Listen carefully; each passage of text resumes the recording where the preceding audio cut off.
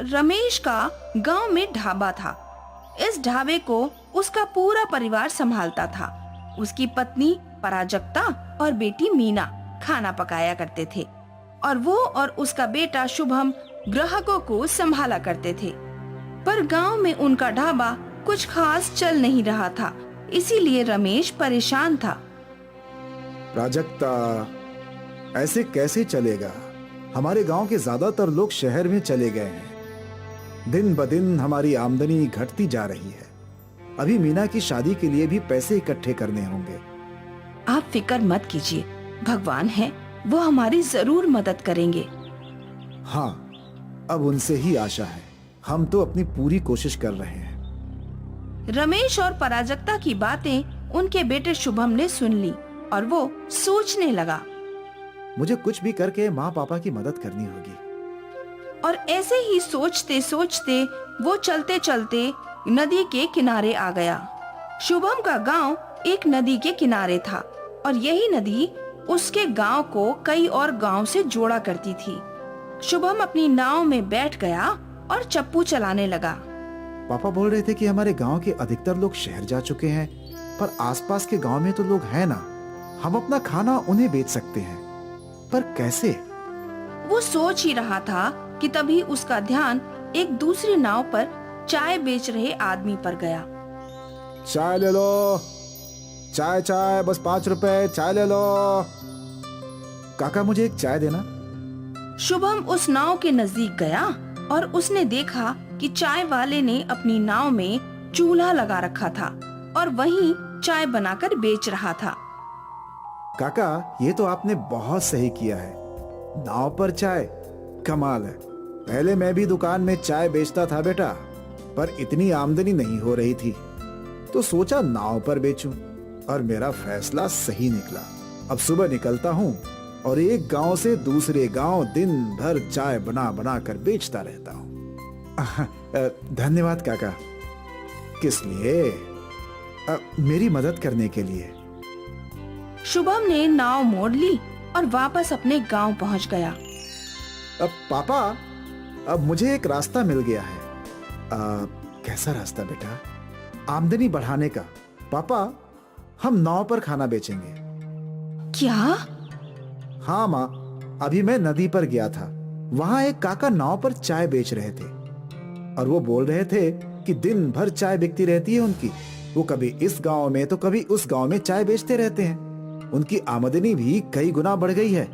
पापा, हमें भी उन काका की तरह खाना नाव पर ही बेचना चाहिए। पर ये कैसे होगा? हो सकता है नाव पर छोटा गैस वाला स्टोव लगाकर लोगों को गरम गरम खाना मिलेगा और हम कई गांव में पहुंचकर अपनी आमदनी भी बढ़ा सकते हैं। वैसे आइडिया तो अच्छा है बेटा, हम कोशिश कर सकते हैं। बस कुछ चीजें खरीदनी पड़ेंगी। शुभम का आइडिया उसके पूरे परिवार को बहुत पसंद आया था। वो सब लोग नाव पर ढाबा खोलने के लिए तैयार थे।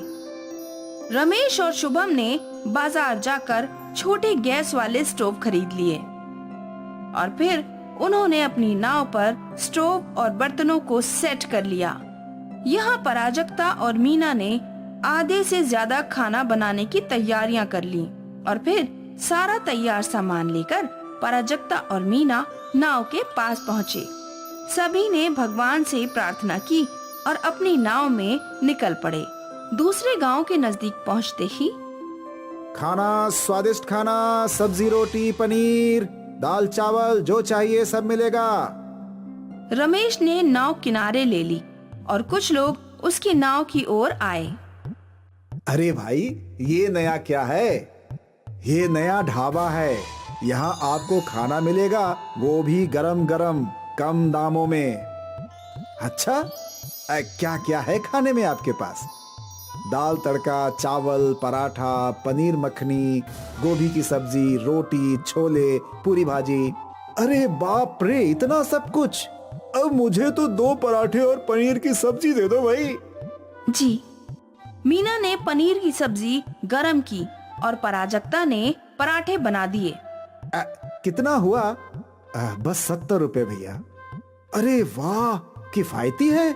हमारे गांव के होटल में इतने के 120 रुपए लग जाते हैं। दाम सुनकर कई और ग्राहकों ने ऑर्डर दिए।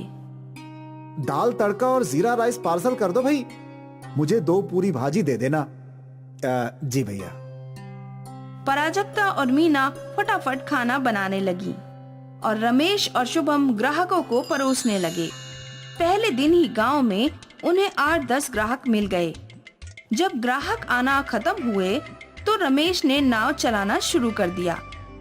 वो लोग अगले गांव रुके और यहाँ भी एक एक करके कई ग्राहकों ने उनसे खाना खरीदा और फिर उसके अगले गांव। ऐसा करते करते शाम तक रमेश का तैरता ढाबा 8 गांव में घूम चुका था। प्राजक्ता, आज एक दिन की कमाई 4000 रुपए हुई है। ये तो हमारे ढाबे पर हफ्ते भर में नहीं होती। हाँ शुभम, तुम्हारा ये आइडिया कमाल का है। अब से हम रोज ज्यादा खाना तैयार करके आएंगे। जी पापा, मुझे यही उम्मीद थी। अब हमें आदमियों की सोचने की जरूरत नहीं है। हमारी मेहनत को दिशा मिल गई है। हमें ऐसे ही मेहनत करना जारी रखना होगा। हाँ। फिर क्या था, रमेश का परिवार रोज कड़ी मेहनत करने लगा। वो लोग नाव से गांव-गांव घूमकर खाना बेचने लगे। सभी खुश थे, लेकिन उनकी ये प्रगति रमेश के गांव में रह रहे भानु से देखी नहीं गई। भानु रमेश से जलता था। मुझे इस रमेश का कुछ न कुछ करना ही चाहिए, वरना ये मुझसे भी ज्यादा पैसे कमाएगा। मैं ऐसा होने नहीं दूंगा। रात के अंधेरे में भानु ने रमेश की नाव तोड़ दी।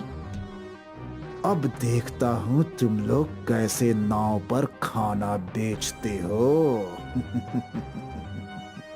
रमेश और उसका परिवार जब नदी किनारे पहुंचा तो अपनी नाव की ये हालत देखकर परेशान हो जाते हैं।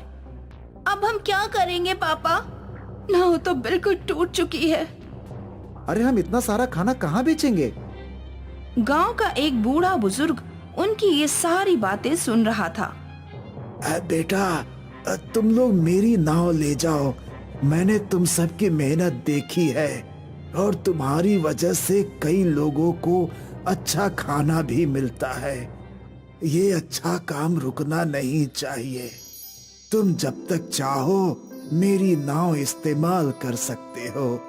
वैसे भी दिन भर नाव चलाकर क्या ही कमा लेता हूँ मैं। धन्यवाद काका, आपने हम पर बहुत बड़ा एहसान किया है। एहसान नहीं बेटा, इसे तुम मेरी मदद समझ लो। काका की नाव उनकी नाव से बड़ी और बेहतर थी। शुभम और रमेश ने उस बड़ी नाव में गैस स्टोव लगाया और ढेर सारा तैयार खाना भी रख लिया और फिर वो लोग निकल पड़े। रोज की तरह वो लोग अलग अलग गांव में रुककर खाना बेचने लगे। ग्राहक बढ़ गए थे और उनकी आमदनी भी। शाम के समय वो लोग अपने गांव लौटे और रमेश उस बूढ़े आदमी के घर गया। काका, आज आपकी वजह से मैं खाना बेच पाया। आपकी दया के लिए शुक्रिया। इसे कबूल कीजिए। हमारी कमाई बहुत अच्छी हुई है और उसके आप भी हकदार हैं काका। पहली बार कोई मुझे नाव नहीं चलाने के पैसे दे रहा है। 40 सालों से बस नाव चलाकर ही पैसे कमाता आया हूँ। अब बुढ़ा हो चुका हूँ, शरीर साथ नहीं दे रहा है। सोच रहा था कि नाव बेच ही दूं। नहीं काका, आपको नाव बेचने की जरूरत नहीं है। हम आपकी नाव चलाएंगे और आपको रोज आपकी नाव का किराया भी दे देंगे। भगवान तुम्हारा भला करे बेटा। बूढ़े आदमी ने रमेश को नाव देकर उसकी मदद की और रमेश ने बूढ़े आदमी को रोज किराया देने की बात करके उनकी मदद की और यूं ही ये मदद का सिलसिला चलता रहा। और शायद इसी अच्छाई की वजह से दिन ब दिन रमेश के तैरते ढाबे की आमदनी बढ़ती जा रही थी। और ये देखकर भानु तिलमिला गया। वो रमेश का बुरा करना चाहता था, पर अनजाने में उसने ही रमेश का भला कर दिया। 1 साल बाद रमेश ने अपनी बेटी मीना की शादी भी बड़ी धूमधाम से करवा दी और भानु अब भी रमेश को देखकर जलता भुनता रहता। रमेश और उसके परिवार की मेहनत रंग लाई। सुधा जी के बेटे के मरने के बाद उनकी बहू गायत्री ने ही घर का सारा कार्यभार संभाला था। गायत्री पढ़ी लिखी नहीं थी, लेकिन मेहनती थी। गायत्री ने अपनी मेहनत और लगन से गांव में छोटा सा ढाबा खोला था। अरे बिटिया, लंच प्लेट ला दो। अभी लाई चाचा जी। गायत्री अपने ग्राहकों को भगवान का रूप समझती थी, इसीलिए हमेशा अच्छे से अच्छा खाना बनाने की कोशिश करती थी और उसके ग्राहकों को भी उसका खाना बहुत पसंद था। बिटिया, तुम्हारे हाथों में तो जादू है। तुम्हारे हाथ की सूखी रोटी भी स्वादिष्ट लगती है। ये सब माँ अन्नपूर्णा की कृपा है चाचा जी। वो तो है बेटा, तुम खुद ही अन्नपूर्णा का रूप हो। कहा चाचा जी, मैं तो उनकी एक छोटी सी भक्त हूँ। वो तो बहुत बड़ी हैं। दुनिया भर का पेट भरने वाली माँ अन्नपूर्णा अतुलनीय है। गायत्री माँ अन्नपूर्णा की भक्त थी, इसीलिए उसने अपने ढाबे का नाम भी अन्नपूर्णा ढाबा रखा था। वो रोज सुबह पहले माँ अन्नपूर्णा की पूजा करती थी और फिर ही भोजन बनाना शुरू करती थी। अरे बेटी गायत्री। जी माँ जी। मुझे कुछ खाने को देना, आज मेरे पास पैसे नहीं हैं। कल मेरा बेटा शहर से आएगा तो तुझे पैसे दे दूंगी। कोई बात नहीं माँ जी, आप पैसे नहीं भी देंगी तो भी चलेगा। गायत्री ने तुरंत उस बूढ़ी औरत को खाना लाकर दिया। भगवान तेरा भला करे। आए दिन गायत्री किसी न किसी की मदद करती थी, बिना अपने मुनाफे की फिक्र किए। पर सुधा जी हिसाब किताब की पक्की थी। अरे गायत्री, इस महीने व्यापार कम हुआ है क्या? नहीं सासू माँ, तो यहाँ हिसाब में 1000 कम दिख रहे हैं। अरे हाँ, याद आया, वो काकी है ना, उनके घर कोई नहीं था तो मैंने उन्हें मुफ्त खाना खिलाया। ओह मेरी देवी अन्नपूर्णा, उस काकी का बेटा शहर में बड़ा अफसर है, उन्हें क्या जरूरत आन पड़ी मुफ्त में खाना खाने की? सासू माँ, उनका अपने बेटे से झगड़ा हो गया है, वो उन्हें पैसे नहीं भेज रहा। अब भला इस उम्र में वो भूखी रहे, ये अच्छी बात है क्या? इसीलिए मैंने उन्हें कह दिया है कि वो रोज मेरे ढाबे में मुफ्त में खाना खा सकती हैं। ठीक है, पर और किसी को मुफ्त में मत खिलाना। एक और बात बताना भूल गई, कभी कभी रामू काका के घर कोई नहीं होता तो वो भी आते हैं। ठीक है, तू बहुत भोली है। ये शातिर गांव वाले तुझे लूट रहे हैं और तू समझ ही नहीं पा रही। देवी अन्नपूर्णा की इच्छा की वजह से सबको खाना मिल रहा है। तू और तेरी देवी अन्नपूर्णा अब वही हमारी नैया पार लगा सकती हैं। सुधा जी को लगता था कि उनकी बहू गायत्री को गांव वाले बेवकूफ बना रहे हैं, पर गायत्री जानती थी कि वो जो भी अच्छा काम कर रही है वो देवी माँ की इच्छा थी। बादलों के ऊपर देवी माँ अपनी भक्त को देखकर मुस्कुरा रही थी। तभी नारद मुनि वहाँ आए। नारायण नारायण। आइए नारद मुनि। आप अपने भक्त को देखकर मुस्कुरा रही हैं। गायत्री आपकी सच्ची भक्त है देवी।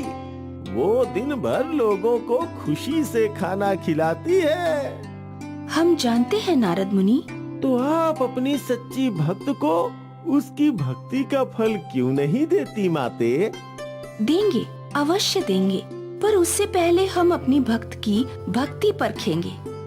नारायण नारायण। अन्नपूर्णा देवी ने रात में तेज आंधी से गायत्री के ढाबे को तोड़ दिया।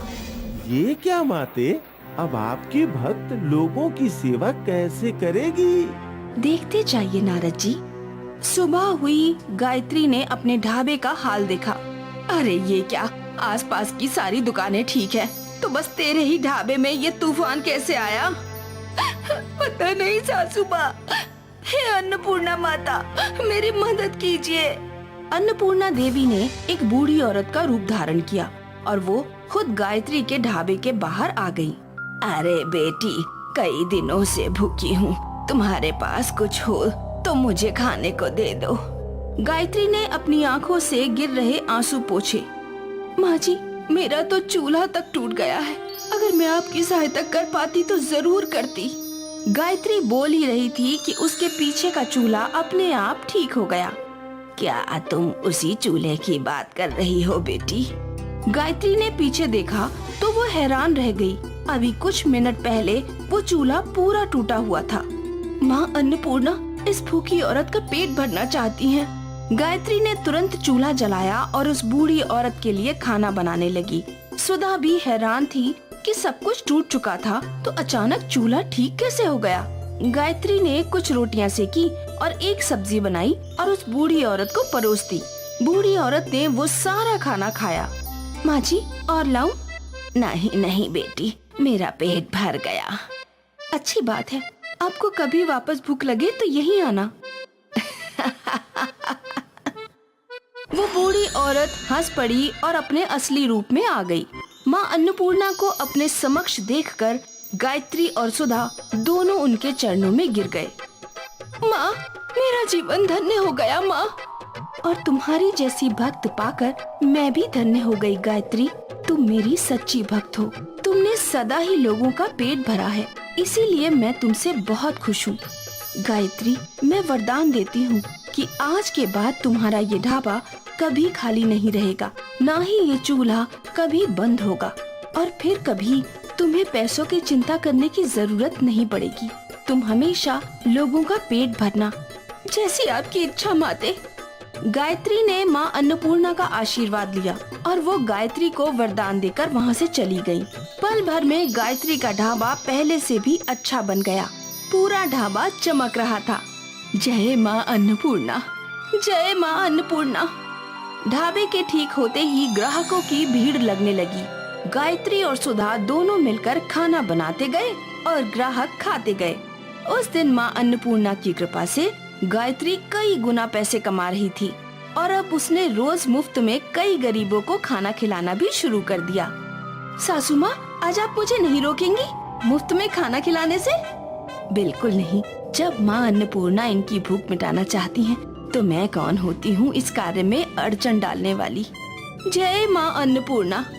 देवी माँ की कृपा से गायत्री के ढाबे का चूल्हा हमेशा चलता रहा और ग्राहकों का पेट भरता रहा।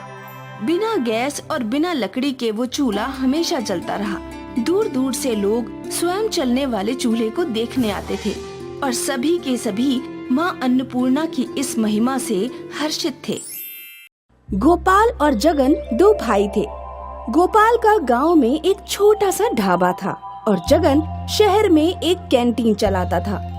गोपाल का ढाबा अक्सर खाली रहता था, बल्कि जगन का कैंटीन हमेशा ग्राहकों से भरा रहता था और इसी वजह से गोपाल की आमदनी बहुत कम थी और जगन की बहुत ज्यादा। गोपाल को अपनी बेटी को इंग्लिश मीडियम स्कूल में पढ़ाना था। शोभा, इस महीने भी बस 10,000 की कमाई हुई है। इतने कम पैसों में कैसे होगा सब? आप चिंता मत कीजिए, सब कुछ हो जाएगा। इस बरस में राधा का इंग्लिश मीडियम स्कूल में एडमिशन करवाना चाहता था। कोई बात नहीं, अगर इस बरस नहीं हो पाया तो अगले बरस कर लेंगे। इस साल राधा सरकारी स्कूल में ही चली जाएगी। यही बात पिछले साल भी तुमने बोली थी। कैसा बाप हूँ मैं, अपनी बेटी का एडमिशन भी नहीं करवा पा रहा हूँ। अब आप जानबूझ के तो ये सब नहीं कर रहे हैं ना, आपकी मजबूरी है। हौसला रखिए, धीरे धीरे सब ठीक हो जाएगा। उस दिन गोपाल बहुत निराश था। उसने अपने भाई जगन को फोन लगाया। हाँ भैया, बोलिए। और सब कैसा चल रहा है? सब ठीक है? अच्छा सुन, मुझे तेरी मदद की जरूरत थी। राधा के एडमिशन के लिए पैसों की जरूरत है। अब आपसे क्या छुपाएं भैया, आजकल कमाई ही नहीं है। मैं यहाँ कैसे अपना गुजारा कर रहा हूँ ये मुझे ही पता है। अगर मुझसे हो पाता तो मैं जरूर करता। ठीक है, कोई बात नहीं, तुम अपना ख्याल रखो। जी भैया। जगन ने अपने बड़े भाई को सरासर झूठ बोल दिया। जगन की कमाई तो दिन दुगनी रात चौगनी हो रही थी, पर वो स्वार्थी था। भैया को लगता है कि मेरे पास पैसों का पेड़ है, जब आफत आई कॉल लगाया, पैसे पहुंच जाएंगे। अच्छा है मैंने भैया को झूठ बोल दिया, अब वो दोबारा मुझसे पैसे नहीं मांगेंगे।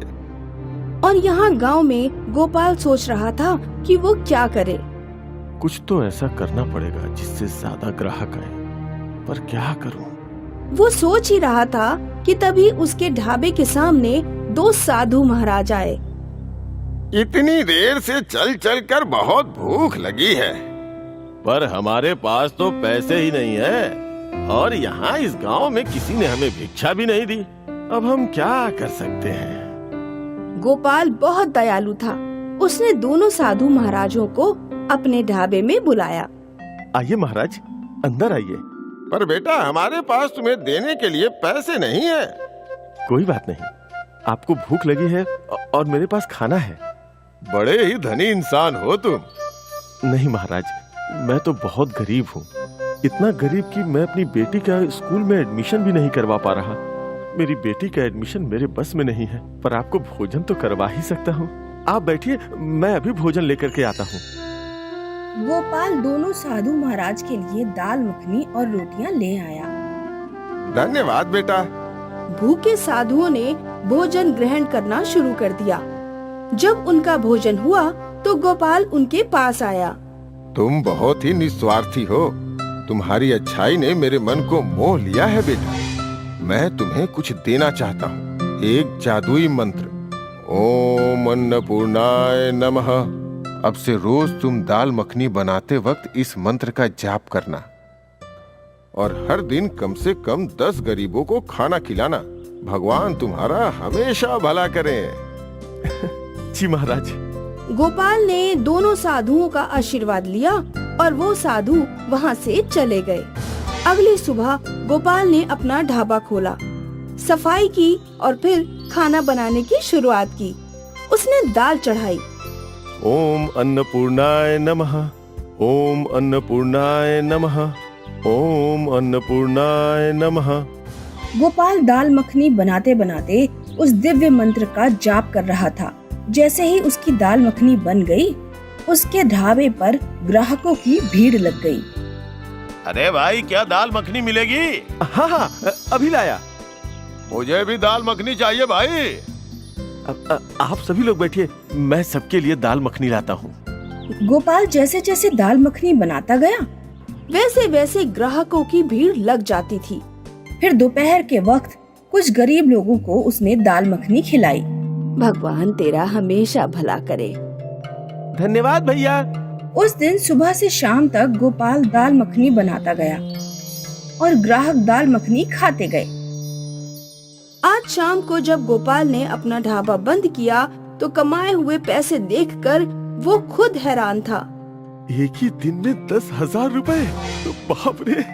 वो खुशी खुशी घर गया और अपनी पत्नी शोभा को सब कुछ बता दिया। उन साधुओं ने तो हमारे सारे कष्ट ही हर लिए। अगर ऐसा ही चलता रहा तो राधा का एडमिशन जल्दी हो जाएगा इंग्लिश मीडियम स्कूल में। हाँ बिल्कुल। अगले दिन भी वही हुआ। गोपाल दाल मखनी बनाते वक्त मंत्र का जाप कर रहा था और दाल मखनी बनते ही ग्राहकों की भीड़ लग गई। इस दिन भी गोपाल ने कई गरीबों के पेट भरे। कुछ ही दिनों में गोपाल का छोटा सा ढाबा अब एक बड़ा रेस्टोरेंट बन गया था। गोपाल की बेटी राधा का इंग्लिश मीडियम स्कूल में एडमिशन हो गया था और रोज गोपाल अपनी कार में राधा को स्कूल छोड़ने जाता था। सब कुछ अच्छा चल रहा था। कुछ महीनों बाद जगन गांव आया और गोपाल का घर देखकर हैरान हो गया। लगता है भैया को कोई कोहिनूर का खजाना मिल गया है। कुछ दिनों पहले तक ये मुझसे पैसे मांग रहे थे, पर अब इतनी सारी शोहरत। जगन गोपाल के घर गया। अरे जगन, शोभा, देखो जगन आया है, उसके लिए कुछ नाश्ता लाओ। अभी लाई। शोभा चाय नाश्ता लेकर आई और प्लेट में काजू बादाम रखे थे। भैया बुरा ना माने तो एक सवाल करूं? मैं जानता हूँ तू क्या पूछना चाहता है। यही ना कि इतने पैसे कैसे कमाए? हाँ भैया। अब ये तो अच्छे कर्मों का फल है। एक दिन मेरे ढाबे पे 2 भूखे साधु आए थे। गोपाल ने जगन को सारी कहानी बताई। आज ये जो कुछ भी है वो उस जादुई मंत्र की वजह से है। भैया, क्या आप मुझे भी वो मंत्र सिखाएंगे? हाँ हाँ, क्यों नहीं। वैसे भी तू मेरा भाई है। मैं तुझे दाल मखनी बनाना भी सिखाऊंगा और वो मंत्र भी सिखाऊंगा। फिर तो मैं भी आपकी तरह अमीर बन जाऊंगा। पर याद रखना, तुझे रोज 10 गरीबों को दाल मखानी खिलानी होगी। जी भैया। गोपाल जगन को अपने घर के किचन में ले गया। यहाँ उसने जगन को दाल मखनी बनाना सिखाया। ओम अन्नपूर्णाय नमः। ओम अन्नपूर्णाय नमः। ओम अन्नपूर्णाय नमः। ओम अन्नपूर्णाय नमः। जगन अब जादुई दाल मखनी बनाने की पूरी विधि सीख चुका था। उसने अपने भैया का धन्यवाद किया और फिर शहर लौट आया। उस दिन वो अपने कैंटीन गया और दाल मखनी बनाना शुरू कर दिया। ओम अन्नपूर्णाय नमः। ओम अन्नपूर्णाय नमः। ओम अन्नपूर्णाय नमः। और साथ ही वो मंत्र का जाप भी कर रहा था। अब जल्दी ये सब बिक जाएगी और मुझे ढेर सारे पैसे भी मिलेंगे। जगन की दाल मखनी बनते ही ग्राहक आ गए। मुझे दाल मखनी देना। और मुझे भी। जगन खुश था कि दाल मखनी बनते ही ग्राहक आ गए, पर फिर उसके कैंटीन पर कुछ गरीब आए। भैया, कई दिनों से कुछ खाया नहीं, कुछ खाने को दे दो। अरे हट भिखारी, कैंटीन खुला नहीं कि आ जाते हैं, भाग यहाँ से। जगन ने उस गरीब बच्चे को डांट फटकार कर भगा दिया और उसके साथ उसके ग्राहक भी भाग गए। उसके बाद उसकी कैंटीन में एक भी ग्राहक नहीं आया। जगन को समझ नहीं आ रहा था कि क्या कारण है। भैया के ढाबे पे तो भीड़ लगी रहती थी, मेरी कैंटीन में कोई क्यों नहीं है? मैंने तो बिल्कुल उन्हीं की विधि अपनाई। लगता है जादू वादू कुछ नहीं है। भैया ने मुझसे झूठ बोला है, वो मुझे सच बताना ही नहीं चाहते थे। उन्हें खजाना मिला होगा और मुझे कुछ देना ना पड़े इसलिए ऐसा बोला होगा। जगन को उस मंत्र के जादुई होने पे विश्वास नहीं रहा। उस दिन के बाद उसने कभी वापस कोशिश नहीं की। जगन को अपनी गलती समझ नहीं आई कि उसे गरीबों को भी भोजन करवाना था। गोपाल मंत्र के जाप और अपनी अच्छाई से रईस होता गया और जगन वही छोटे से कैंटीन में बैठा रहा। अच्छाई का फल हमेशा अच्छा ही होता है।